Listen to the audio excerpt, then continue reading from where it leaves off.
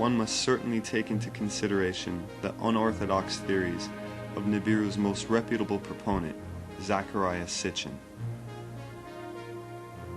According to Sitchin, we were created genetically by the Anunnaki from one of the primitive creatures on this planet as a worker to mine gold for them, to serve them.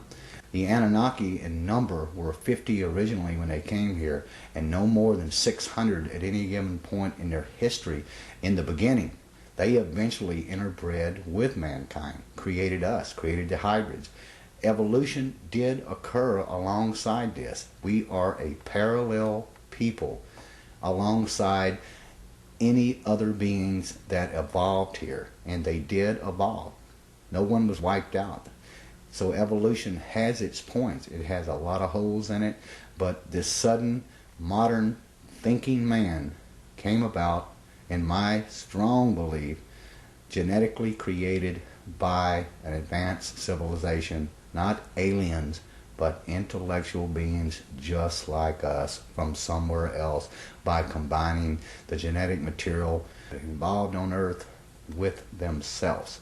Now, regarding this other guys that see that Earth, I would like to know, I would like for that thing to be true, because I might have a hard time understanding how can life could have started on Earth. I have this theory, this model, that this theory on the wall. I have this model about how life emerged step by step, but I still have problem at places explaining the origin of order, explaining the origin of information, and so some other issues. So I would enjoy the situation where somebody else did it. It's too perfect to be true almost. The genetic code, it's an absolutely unimaginable perfect machine. Okay. So how can a random thing become so perfect? That's very hard to understand. And how can one random thing be present on the entire Earth? You can explain it based on a few things. Either there was a genetic extermination. One type of life exterminated everything possible, everything else. Either that there was an artificial intervention from the very beginning. Somebody brought this type of life on Earth because it was a good Earth for that type of molecules that they were dealing with.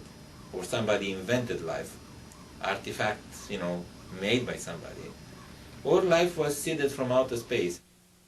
People out there, even if you're not a scholar, even if you're not anything, if you open your eyes a little bit to this and you start just doing your own research, you're going to find paths there that lead you to some things that are going to awaken new ideas into you.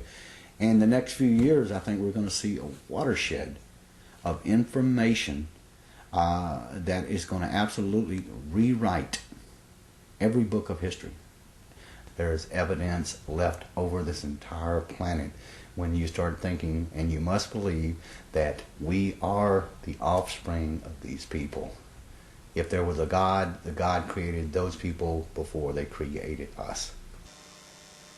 We are here because of an act of divine creation, but they were people just like us, only older, only more technically advanced.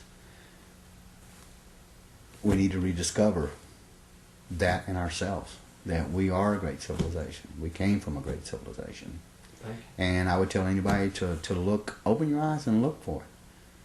Don't be blinded to something that's led to nothing but the slaughter of ourselves for thousands of years. And we still are at that point. We're still a warring society. When this documentary or others like it are put out there and enough people will see it, at least that will start a beacon somewhere that will start shining a little bit brighter.